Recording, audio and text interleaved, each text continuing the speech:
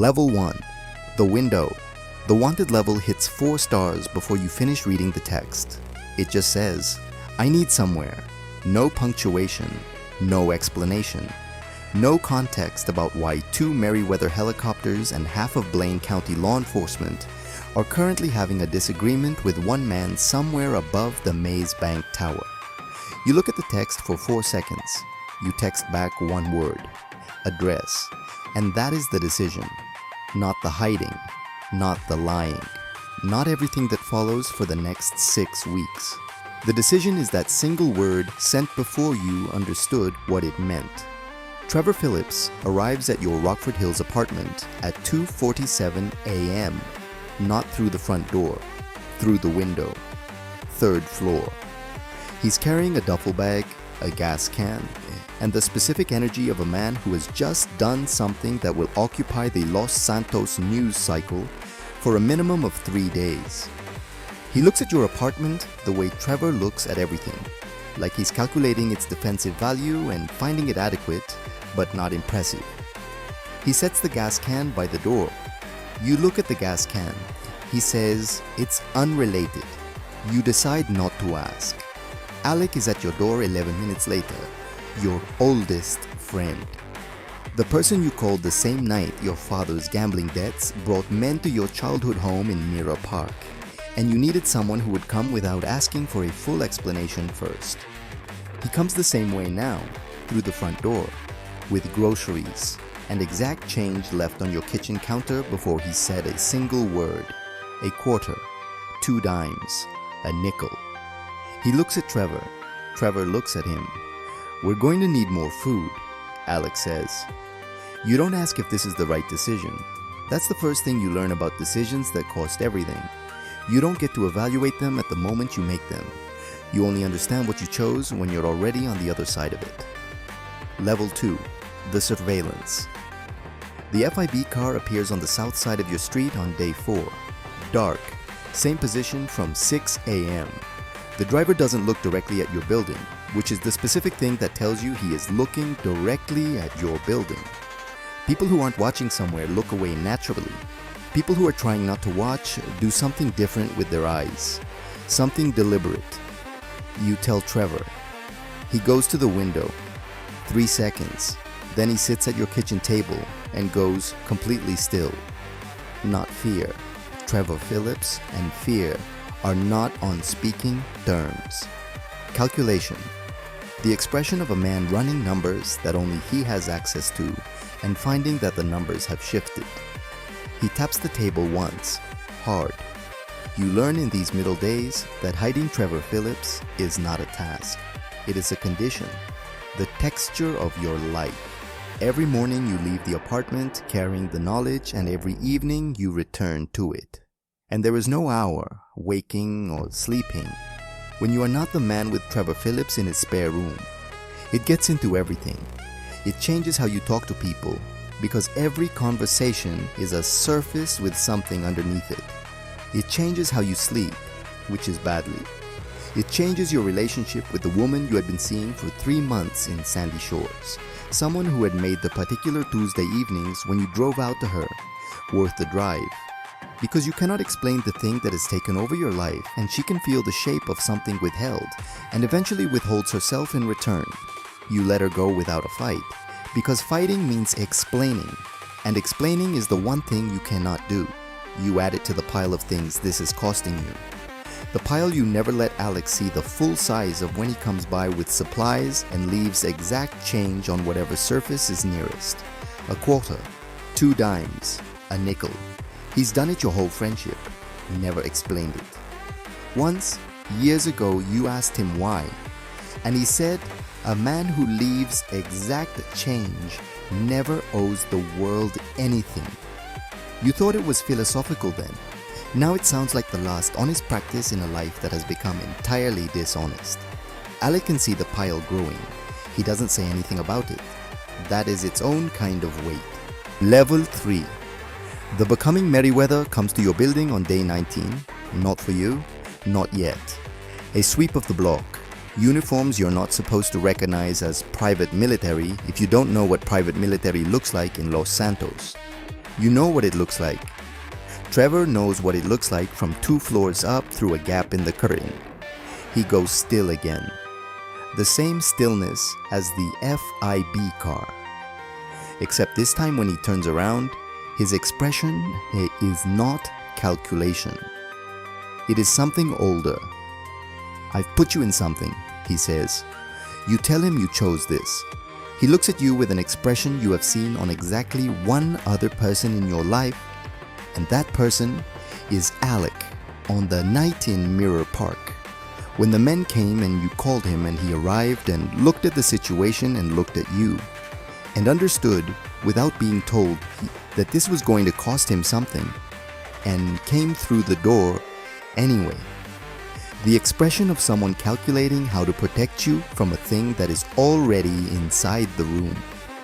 People who hide me become what I am, Trevor says. He doesn't say it as a threat. He says it the way people say true things they wish weren't true. Flatly, without decoration. You think about the law and its words for what you are now. Not the word that got you into this. The word you've become. The one that isn't brother. The one that isn't friend. The one the law uses when it looks at 6 weeks of groceries bought for 2 and carried in like 1 and exact change left on a kitchen counter by a man who keeps coming back because he can't not. You don't tell Alec any of this. You don't have to. He already knows. Level 4, the doorway. Trevor makes his decision on day 31. You can see it settle on him the way you've learned to read him over a month of close quarters. A calm arrives. The specific calm of a man who has stopped calculating because he has reached the answer, and the answer is simple, and the answer is him. He tells you flatly that when they come, and they are coming, the block has been wrong for 3 days in the specific way that means something is close. He will walk out and give himself up. That you'll say you didn't know who he was. That you let a stranger shelter one night and didn't ask questions. That you'll be believed because it's almost true. He has it worked out. He's protecting you. You understand listening to him that you are not going to let him. Alec comes by that night later than usual. He sits at your kitchen table and doesn't bring groceries and doesn't immediately leave. He just sits, and you sit across from him the way you've sat across from him in that Mirror Park kitchen your whole lives when something needed to be said, and neither of you had the right words for it. He puts exact change on the table between you. A quarter, 2 dimes, a nickel. Then he says, "You know what you're going to do." Not a question.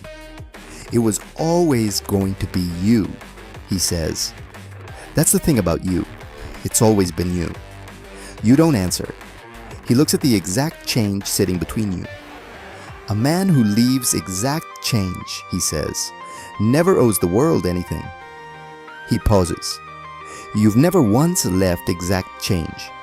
He stands up, picks up his jacket, walks to the door, and there, in your doorway, he stops without turning around. "I'll be here," he says. "After." Then he's gone.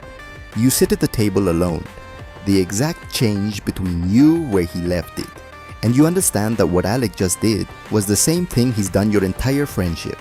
He came through the door when it cost him something. He said the true thing without making it easier than it was. And then he left you alone with it because that part, the part where you decide, has always had to be yours. You sit at the table until the city outside goes quiet. Then you get dressed and you wait for the knock. Level 5, the door. The knock is not dramatic. That's the thing nobody tells you about the moment everything ends. It arrives like any other knock.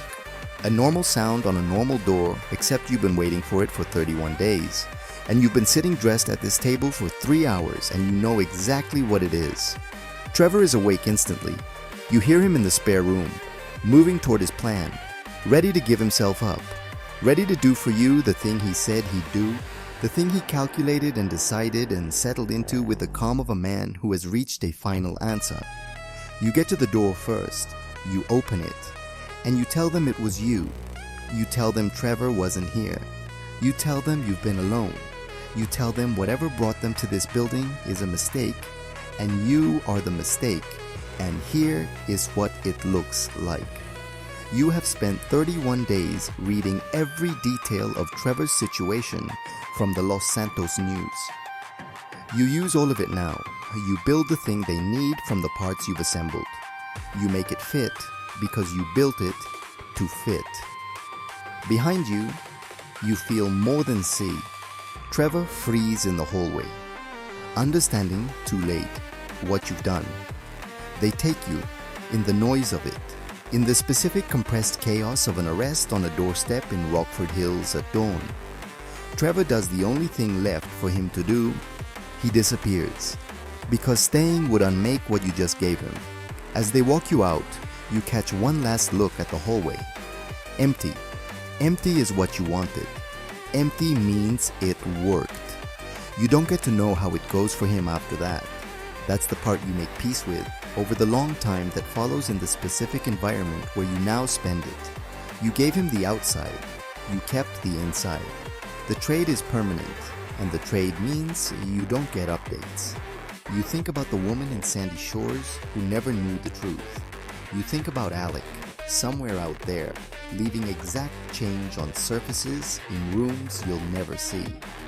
You think about Mirror Park and the night you called him, and he came, and you think about every time since then that he came when it cost him something. You hope Trevor made it something. You don't know. The not knowing is a large part of what you carry. On the good days, you imagine it.